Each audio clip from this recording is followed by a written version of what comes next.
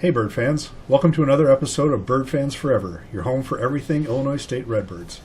Today we're heading to the gridiron as we sit down with two Redbird football players who just wrapped up their college careers, Tommy Rittenhouse and Daniel Sobkowicz. After an incredible run to the national title game this past season, we talked with the guys about what it took to make that push. From the biggest moments on the field to the mindset inside the locker room during that postseason run. We also dive into their journeys to normal, what it meant to wear the Redbird uniform, and reflect on the moments that defined their careers. From the grind of the MVFC to the brotherhood built along the way, the guys share what made their experience special.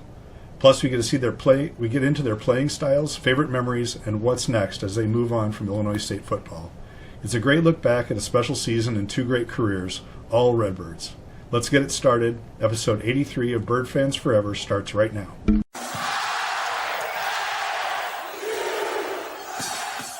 Hello and welcome to Bird Fans Forever, episode 83, with Daniel Sobkowicz and Tommy Rittenhouse. How you guys doing?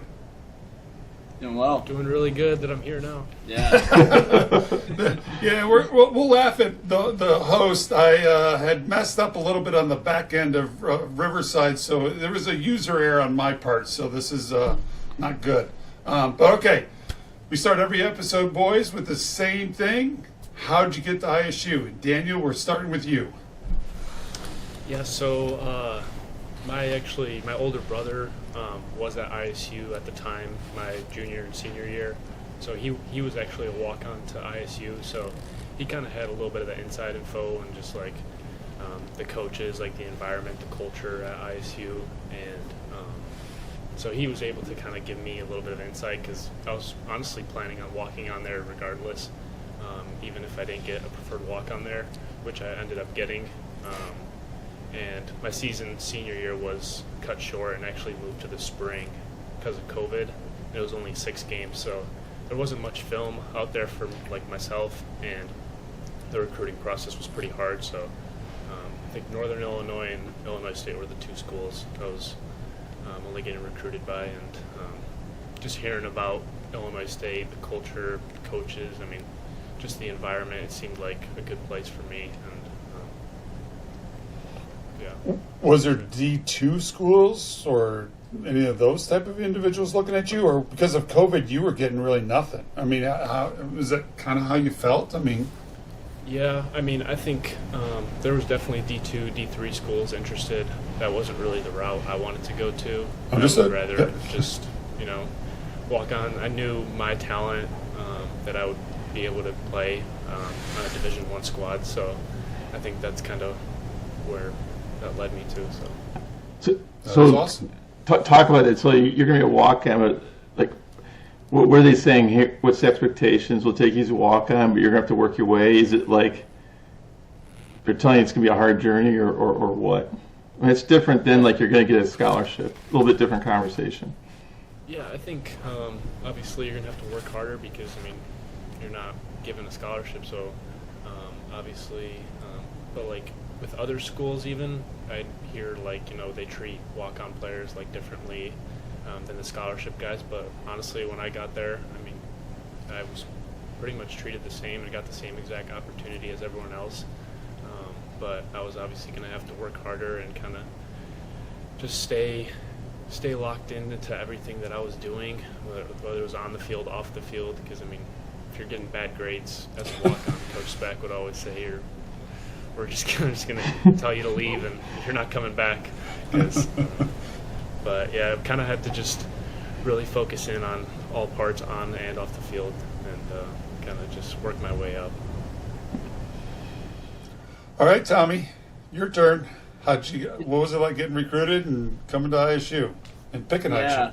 I'll start similar to Dan. My senior year was cut short and moved to the spring.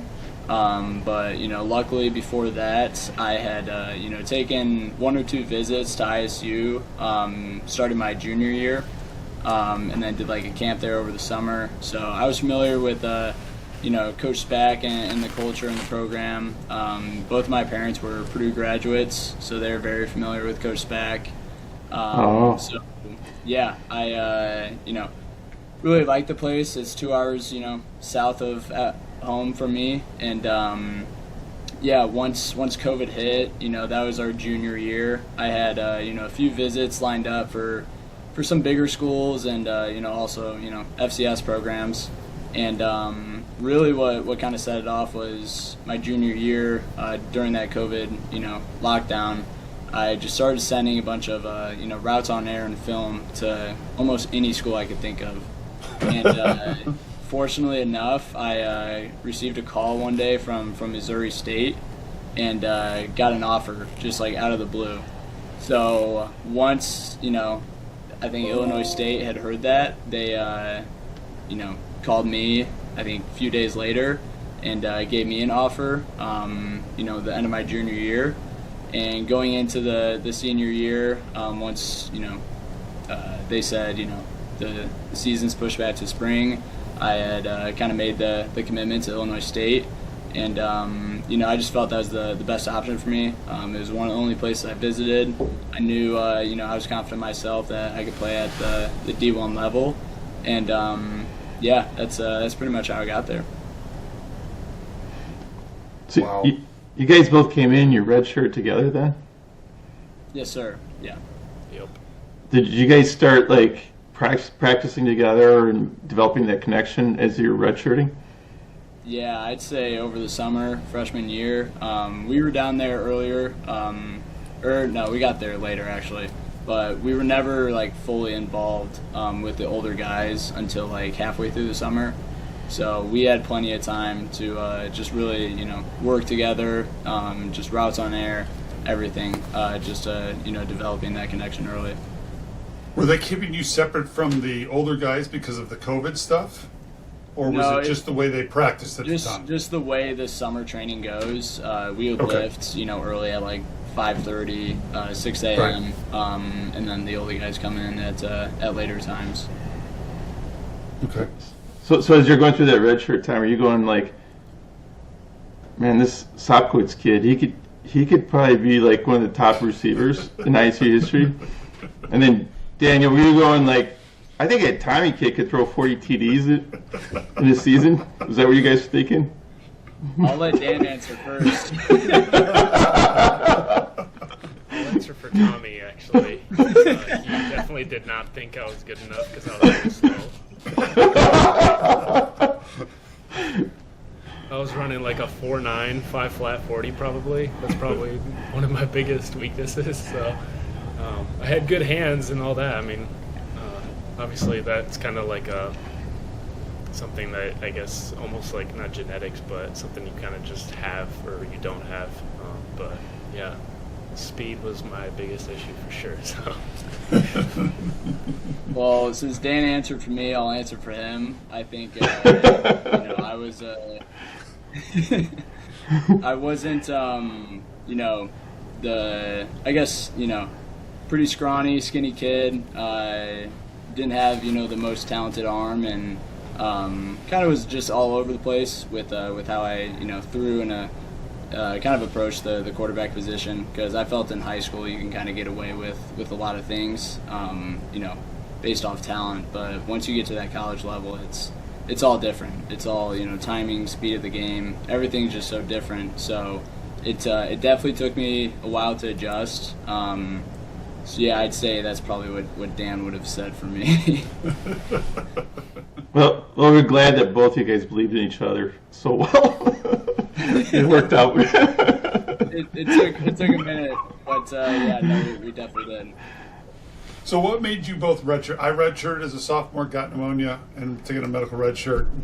That's the worst year of your life. I would assume it's the same for you guys. It's just because you're watching and like you want to be out there playing, right? But it's also the best year because you can focus up on just you, right, instead of having to do all the team stuff, which is why you're on a team sport. But yeah, so why did each of you pick redshirting, or was it just thrusted upon you? Yeah, I mean, it was obviously not our choice. What's it like either? We just weren't good enough, honestly. That's what it came down to. And like, I mean, most freshmen will redshirt, and I mean, we were just still in that developing stage and just trying to get better. But on scout team, I mean, you're going up against the defensive starters as offensive players. So I mean, Absolutely. you're getting Right. you're getting the best talent. You're going up against the best talent. So it's definitely giving you good work every single day, and if you take advantage of that, it can definitely help you out. Yeah, I would lift on game days and those kind of things too. Yeah, keep going, Tommy. No, sorry. Yeah, I would agree with Dan. I think getting that time with the scout team and everything like that. I think going into camp, Coach Speck usually says, like, if you're a freshman and you're doing well, and we think we can win with you, you're going to play.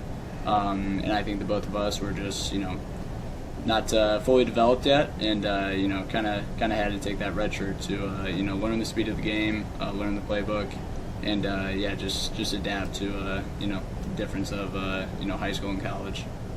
Speaking of the playbook, is it that much more advanced in college than it is in high school? Yeah, as a quarterback, for sure. Even from my freshman year until this past year, just the amount of preparation and studying that I had to do. Obviously learning the playbook first and remembering everything is one thing, but knowing how to execute each and every play, that's a whole different ballgame. So I think I really excelled at that, especially this past season with Coach Peterson. He's a great coach. I know he left, but I think just obviously big transition from high school to college. Dan, Yeah, same I'd for say you. It's pretty. Sorry. No, go. You're good. I'd say it's. I mean, it wasn't that bad for me as it was for Tommy, but I'd definitely say I'd say learning the playbook, just like the black and white of it, basically, like knowing what route or whatever you got. I think that was pretty easy, but knowing the details of each route and just basically digging into just certain routes and knowing certain routes for different coverages, I think that's where it kind of gets a little bit challenging, and it takes a lot of preparation and time to learn it. But for me, it wasn't that bad, honestly, but I was also there for 10 years, so. So you guys had a great season, a very remarkable season. But I'm going to take you back a little bit, the prior year. So Tommy, you were quarterbacking, but you were splitting some time, right? And we were kind of rotating the quarterbacks. Tell us about that. And was that difficult, coming in for a series and then going out for one? For sure. Yeah, I think it's the team's job, the coach's job to find a good backup, or find two good quarterbacks that can run the system. So I thought they did that, and I embraced that competition throughout the summer and fall camp with Jake. And going in, they kind of told me how it was going to be the first couple games. And yeah, I think it's definitely difficult to find a rhythm in any type of game. No matter who you're playing or how well or bad you might be doing. So yeah, I think that Iowa game, pretty tough. It's a great Big Ten team. Defense is always super good. So it's definitely hard to start there. But then I felt I got my feet under me for the rest of the games. But still just had to battle more mentally than anything with that switching back and forth. And I think in the long run it's made me into a better player, just because I continue to embrace that competitive spirit that I always carried with me, carry that chip on my shoulder. But yeah, I think it was definitely tough, but I think with adversity you can either run from it or face it head on. And I was able to continue to improve kind of throughout early in the year, up until the point where I felt I had to kind of talk to the coaches and almost help make that decision with them to kind of say if you guys stick with me, I promise I'll do my part and do everything I can to help this team win. Yeah, and then fast forward to this season, you guys opened up against a patsy Oklahoma, and but one thing I don't know, to me, like you said, they're overcoming that adversity and stuff like that and working through it, but it seemed like you had confidence right away, coming in. It just seemed like there was a little bit different mindset. Did you feel that? I mean, it felt like that when I was watching you. For sure. No, I definitely, went into the season, obviously knowing it was my last, fifth-year guy. And yeah, I mean, Beckham was sitting behind me and younger guy, so I felt pretty confident in where I was at, knowing that, I don't think I'll ever get pulled. Luckily I didn't, play bad enough for that to happen. But no, I think, having that confidence from my coaches, of them, not trying to bring in another guy and, pretty much giving me the keys to the team. Having that, confidence, them and me, really, helped me just move forward and, focus on what I needed to do each and every game and just have fun with it. I felt, throughout the whole season, I just played loose, played kind of carefree, and, no matter win or lose, just, keep the preparation and everything the same and, do whatever I can to help the team win. And then let's talk about the opening game. You guys go to Oklahoma. I mean, that's like a pretty cool stadium to play in, and just Daniel, tell me about that atmosphere and playing Oklahoma. And you guys competed.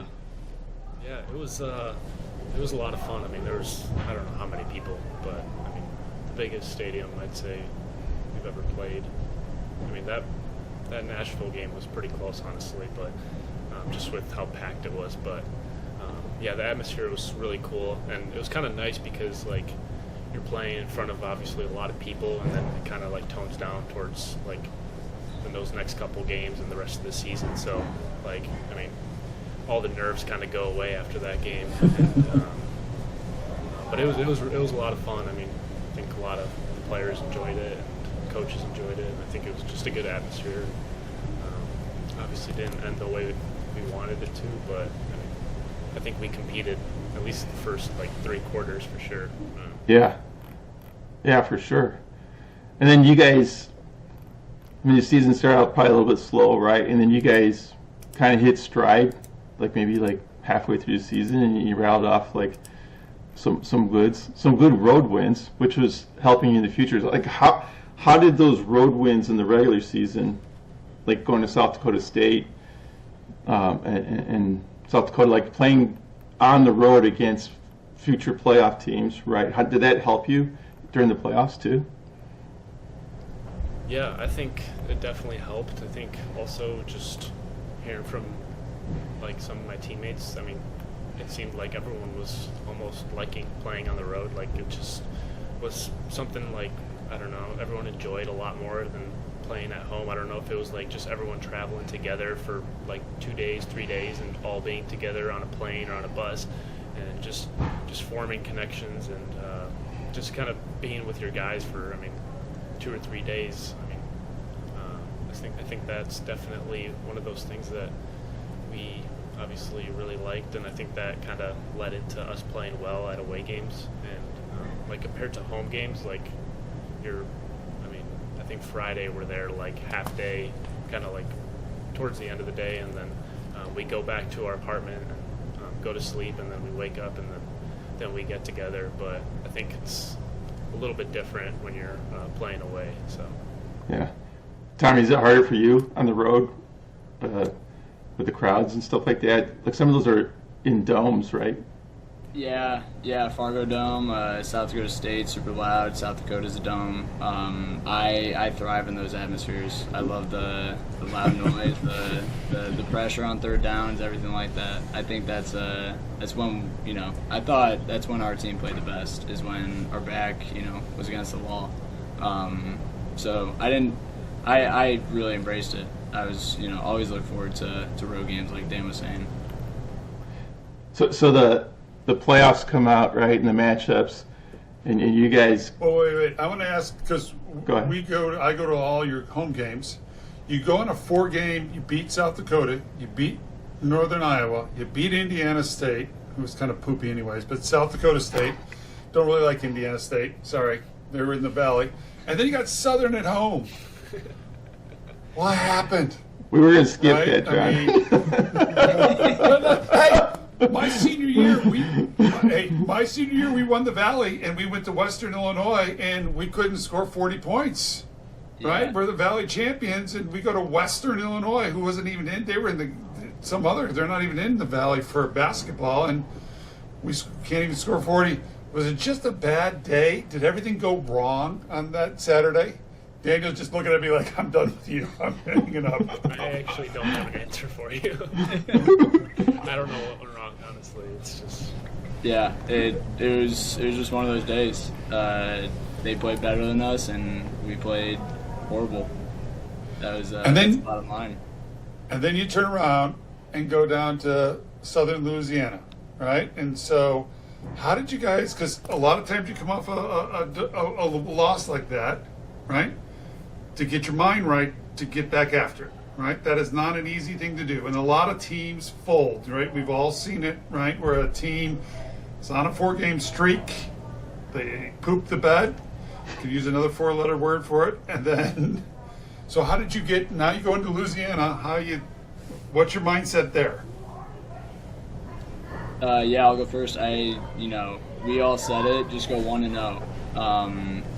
We made the tournament. That's all that mattered. Even though we were one of the last 4 teams in, that's all we needed. We just needed that shot. Right. And I was confident in our team to move past that last regular season game.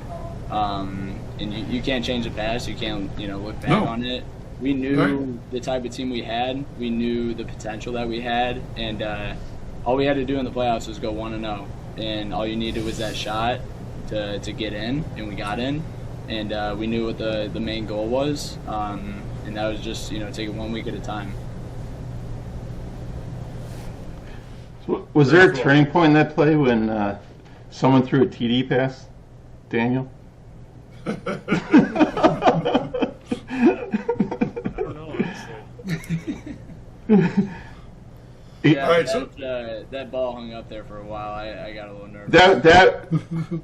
Okay, Were you so nervous on that, Tommy, or no? Yeah, I was. Did you nervous guys- for my life. Was that like a shot put, Dan, you threw, or what? I guess so. I don't know. What is that? is there any other options on that play, or is it just right? No, The ball's going to go to Sobkowicz. Yep. Daniel's Go going to Tommy, or I'm running it, and I obviously couldn't run it. So No. run it for me. The craziest All part. right, so wait, Sorry. wait, hold on, Tommy. Break this down, Daniel. You get the ball, and you're thinking run, and then is it then at that point panic mode kicks in, and you're like hot potato? I'm just gonna. I mean, what were you thinking there? It was like supposed to go to Tommy. Like that's like the set play. Set play. Okay. That's what I was kind of Like- getting at. But like there is an option. Like obviously if Tommy's not open, then I run it. But I just like the defensive end. I think it was the linebacker. He was just coming right for me, and I kind of almost got like He was crashing hard. surprised. Yeah, and I just didn't have time to wind up. I just kind of let it go. And so, Tommy, it's coming to you, and it looks like a punt coming in, right? You're going to fair catch it? Or? Yeah, pretty much. I honestly worked all week with Dan on just catching over the shoulder because it's a lot harder than you think for a receiver to really track the ball. Even though mine was like 10 yards away, I'm throwing to Dan 40, 50 yards down the field, and he's able to do it like it's nothing. But granted, it was. I'd give myself credit. It was pretty good adjustment. Exactly. I mean, the craziest part is we get off the sideline. Dan's like, thinking he made a great throw, and I kind of had to give it back to him. I was like, it could have been a little better, but you got it done, so it's all that mattered. Yeah. So then the next game you get to go on the road. There's going to be a theme here, right? And you're playing a team we haven't beaten for a while. What's the mindset going into the game? Go ahead, Dan. Go ahead, Tommy. I mean, they're ranked number 1, right? I Yeah. mean, Yeah, my mindset is we had nothing to lose. It's like I said, we had that 1-0 mindset, but going into the Fargo Dome, second round of the playoffs against the Bison, team that we've struggled with over the past 15 years, I knew just the confidence that everyone had. It was not shocking, but just like super. I felt everyone on the team had confidence that we could win that game, because I felt in the regular season we hung with them pretty well up until the fourth quarter, and we just left too many plays out there. Granted, the game was one of the craziest games I've ever been a part of, especially from a quarterback standpoint. But I felt we were going to be able to make more plays than them, and that's what happened. Yeah, I mean, your defense after that first series they played crazy good. I mean, it was just like unbelievable. Yeah. But yeah. Dan, you had 3 touchdowns. Did they forget? Did you switch jersey numbers? They forgot like who you were or something like that? I don't know. I mean, I'm not complaining about it. I gotta ask you this question too. It was obviously. All right, guys. So it's late in the fourth quarter. Your defense forces that fumble, okay, and you guys are running out there. What are you guys thinking? You're down by 7 at that point. So before that drive starts, you get in the huddle. Tommy, do you say anything to the team or what? No, I didn't think there needed to be anything said. We all knew what we needed to do, and I felt everyone had that confidence in them that we could get it done. I thought throughout the whole game we were just plays away from just finishing drives, scoring touchdowns, finishing in the red zone, which we struggled with earlier in the game, all the way up until kind of that point. And I felt, I could see their defense was kind of breaking down. I felt, we had the edge, and were able to make more plays than them. So I didn't feel the need to say anything. I think everyone had that same look in their eye that we were going to get the job done. So, Dan, you scored the touchdown, right? I did, yeah. So talk about that. What was that feeling like? So it was like a mesh concept, I think. I think that's right, Tom? Yeah, it was. Yeah, and so I had like a over the ball, basically, like a 10-yard in the end zone kind of, and I kind of like get to my spot, look, and Tommy's just like running the other way, so I just start running the other way too, and kind of just trying to find a spot to kind of a little zone and see if he can see me. I was putting my hand up, and next thing you know, the ball's in the air and lands right in my hands, and I don't know, I guess that's all I can really remember. I mean, and then you didn't have time to celebrate because you were saying, get back in the huddle, we're going for 2, right? So yeah. Was that planned, like, if you guys talked about it ahead of time, like, we're going to go for 2, or was it just a decision in the moment? So I think the coach back was saying that we were going to go for 2, like, earlier in the week or something. I was the only one that didn't know that, so I was, like, running to the sideline. And then I just started hearing people screaming, like, get back or whatever. I was like, okay, as well. I mean, so that was definitely new to me. I remember Coach Back saying on Tuesday, if we have, the chance to win the game with a 2-point conversion, we're going to do it. So I guess my preparation was a little different than Dan's. But because I looked to the sideline right away, knowing we're going for 2 there. And luckily Dan was out there to hear the play in time, and we got it situated. But yeah. So walk through the 2-point conversion, that play. Yeah, we had called it earlier when we got to the red zone, and kind of like I was saying, we struggled to punch it in and finish drives earlier in the game. So we were ready to run that play earlier in the game, and I think it was a false start or something, where we got backed up, changed the play, and we hadn't ran it. So there was like a short yardage, type concept with the two tight ends, kind of just, clear out by the first guy, little wraparound sit by Scotty. And as soon as I heard it called, I was super confident. I knew it was, the perfect call, perfect look going up to it. And yeah, I mean, just everything kind of happened in slow motion. It was just one of those moments that, you dream of icing the game with something like that. And, credit to Scotty. I got a little too excited. The ball sailed a little bit on me. How open he was. But he's got a good catch radius, and he went up, made that play, secured the ball, and I thought it was over from there. Yeah, and then you guys scored so quickly that there actually was a little bit of time left on the clock, and the defense came through again, and then talk about 29-28, you get to walk off the field. What are you guys feeling at that moment? Go ahead, Dan. I mean, honestly, I didn't even think it was real at 30 seconds. And then we started running over to the fans and started singing our song, and that's kind of where it hit me, I'd say. So, but I mean, I think Coach Spack was like crying.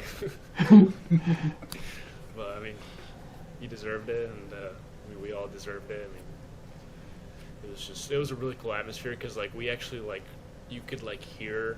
I don't know why the fans decided to turn up in the fourth quarter. Like, you didn't hear them all game until the fourth quarter when we scored that first touchdown to make it a 7-point lead, and then you heard them over the North Dakota State fans, which was crazy. I mean, and then even that last drive, just you could hear almost every single ISU fan screaming and just cheering for us. So that was pretty cool. Yeah, I love it when you get to go on the road and you silence their home fan. I mean, you just feed off that. It is that is as great as when your home fans are going nuts for you. That is just, the silence is so awesome on the road. So, yes, sir. Yeah. Tommy, you had a little bit of raw emotion in the locker room. Talk about that too. Yeah, I think everyone did. It was just one of those moments where it's something you dream of as a kid. Going on the road, knocking off a number one team in the playoffs. There's nothing like it. And leaving the field, I was dog tired. I think we ran over 100 offensive plays. I pulled my hamstring. It was bruised for a week. Just super beat up, but you don't think about that in the moment, and everyone celebrating in the locker room. It was one of the best feelings of just from where Dan and I were, where most of that group of seniors were freshman year, to where we were at that moment. All those emotions just really hit us, and it was just super special feeling. I knew you had tweaked it. You could see it on TV, but you actually pulled it, a full pull? Yeah, it was really bruised a few days later. And even the UC Davis game, I was struggling a bit, but was able to push through. Yeah, so speaking of that, UC Davis, right? You beat Notre Dame, which they're a nemesis forever, right? And then you get to go play a team that you lost to the previous season in the playoffs. How was that going in? What was the mindset going into that game? We were super excited for it. I mean, knowing that's where our season ended last year, it was a pretty cool matchup. I think we found out later we were playing them, because I think they were the game after us against Rhode Island. So we were able to watch that game when we got back home. As soon as we knew they won, it was on from there. I think everyone was just so locked in that week in preparation. We knew they were a good team, high-powered offense, everything like that, and knew we had to score a bunch. And I think that just the preparation and everyone was locked in that whole week and ready to kind of redeem ourselves from last year. couple big plays, kickoff return. That was cool, right? And then is 93 your favorite number now for both of you guys, or no? I'll let Dan answer that one. It's up there. It's up there. Okay, 93. I know it's the most in ISU high school. Did you guys, Tommy, did you throw a touchdown more than 93 yards? No, not. Dan, 93 yards reception in high school? More? All right, so 93 is your favorite number for both of you guys now, right? For sure. And did anybody clock you in the 40 time during that 93 yards of running? Because that did not feel like a 4.9 at all. Now, I was watching it on TV, and I got an 80-inch, but it looked like you were flying faster than a 4.9. I don't know. Hopefully they didn't time me. I don't think it was fast, honestly. You got the ball, right? And the guy went up with you, and you just kind of like smushed him down and then caught it and ref. Might have given him like a shoulder check, honestly, but I don't know. It was kind of just like balls in the air. I don't know. We were both looking at it. I think he just like mistimed it a little bit. I don't know. I was a little confused on what he was doing, but. Did you feel sorry for him as you were crossing the goal line, or no? Not in the moment. Not in the moment. I wouldn't. I just remember last year it was pretty brutal. So I mean, I don't know. I mean, and you guys go to. Go ahead. Just be able to do that to them, what they did to us last year. Yeah. Yeah.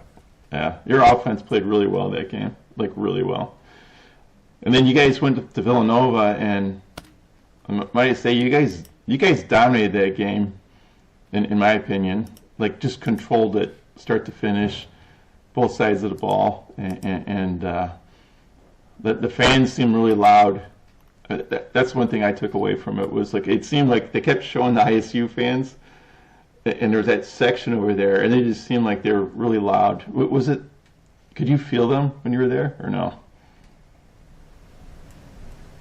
For sure, yeah. I mean, credit to all the fans, staff, everyone that traveled south, north, west, east in our playoff, adventure.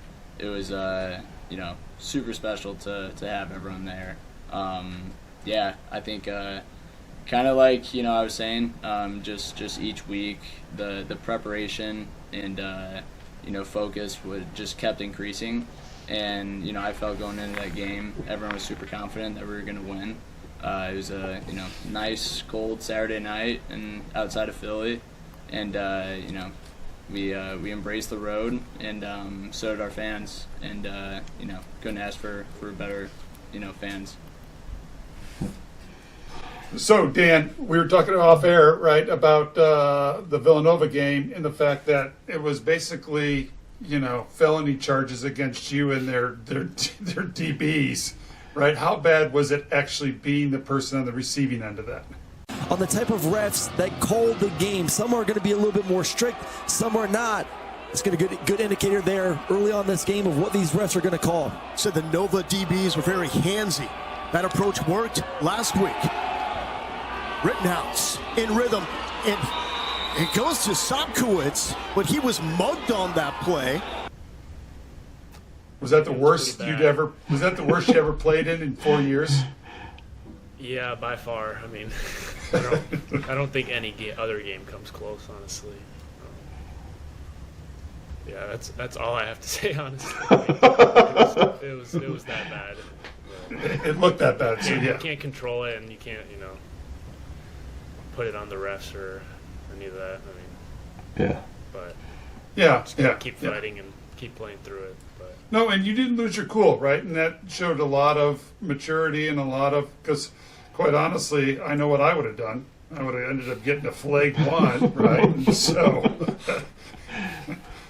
I got quite a few of those in my career, and you didn't, right? You just kept running the routes. So hats off to you. That was impressive. All right, we're moving on to the championship game. Steve's got the golden question. Yeah, well, first of all, what's it like? I mean, there's a lot of hype going into that, right? There's a little bit build up. It's going to be on ESPN,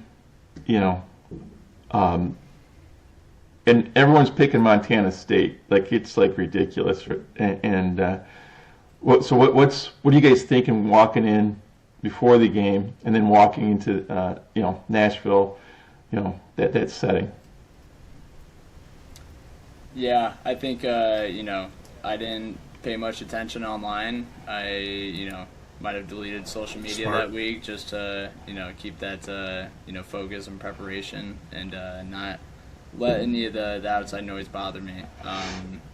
But once you get to Nashville, have fun with the boys.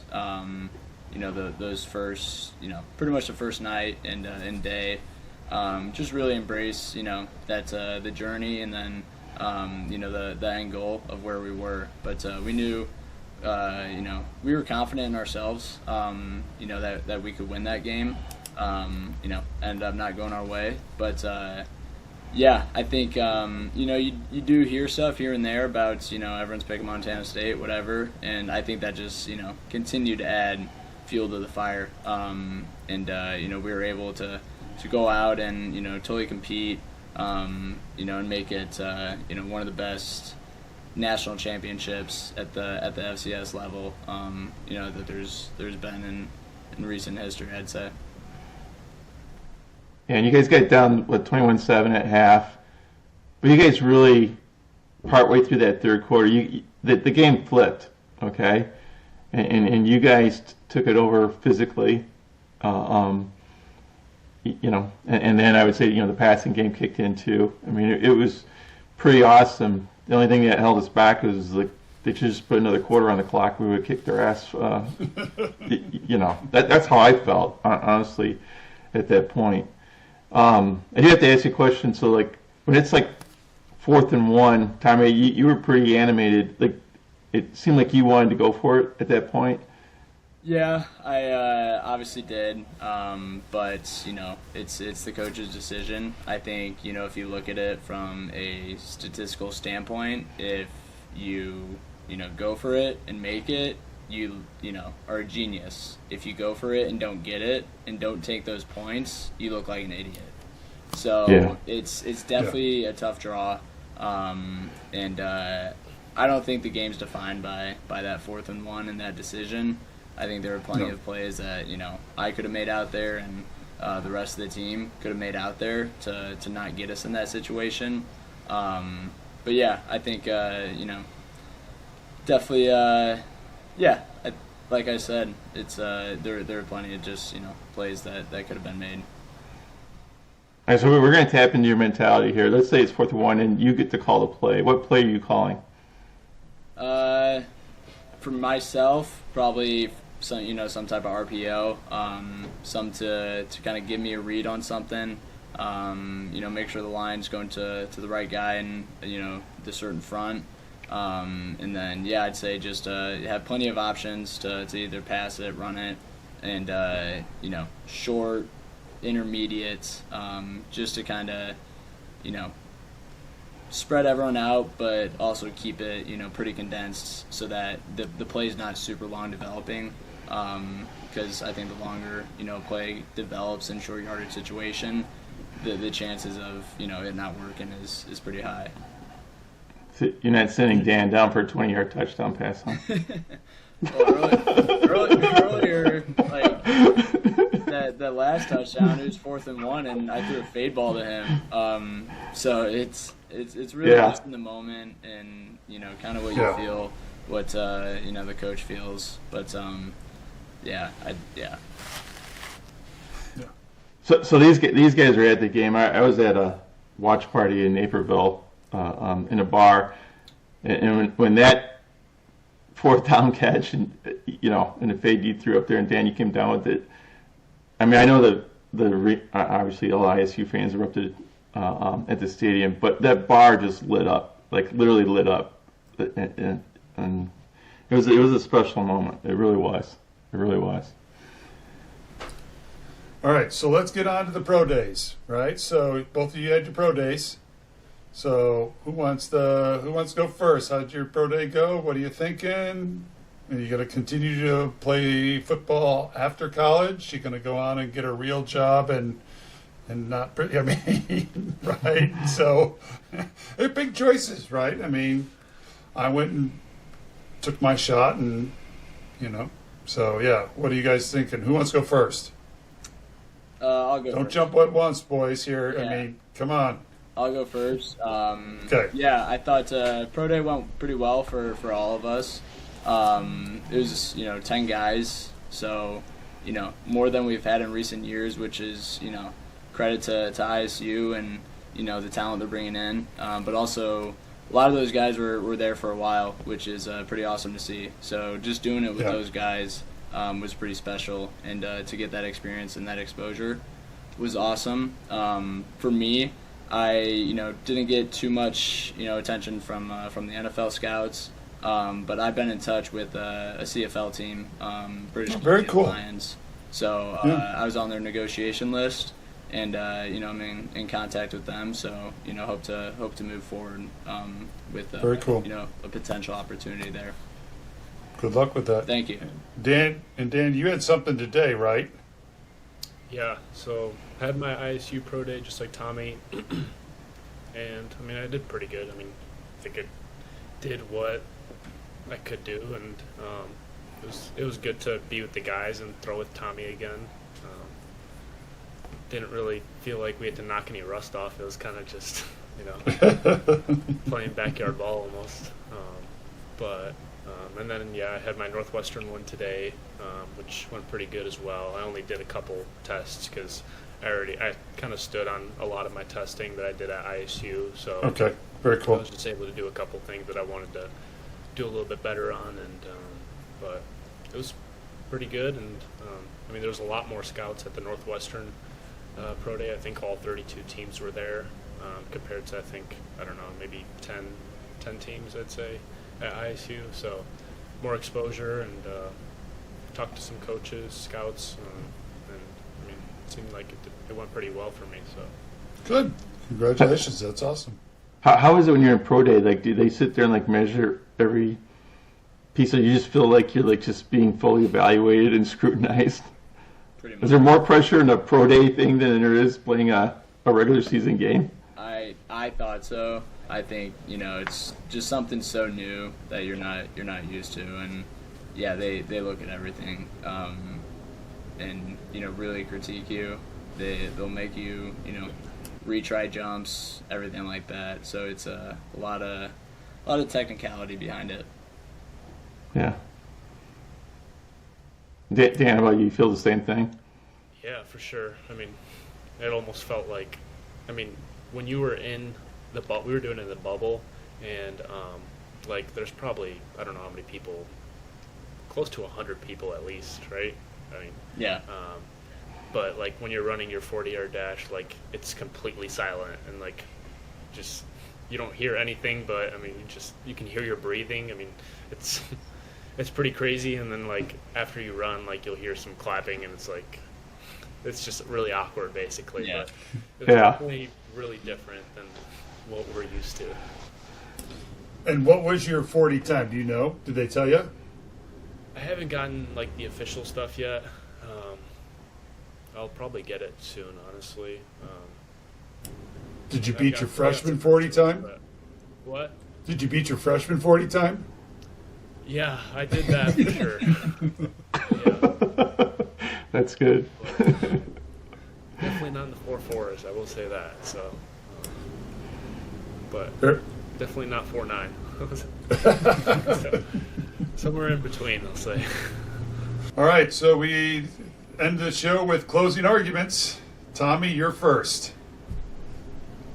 Yeah, just really appreciative and grateful and blessed, for my time at ISU. Credit to my family, setting a good foundation, since I was young. Credit my parents, instilling, good faith in me, and really leaning on that throughout, my time growing up and my time at ISU and, my time in the future.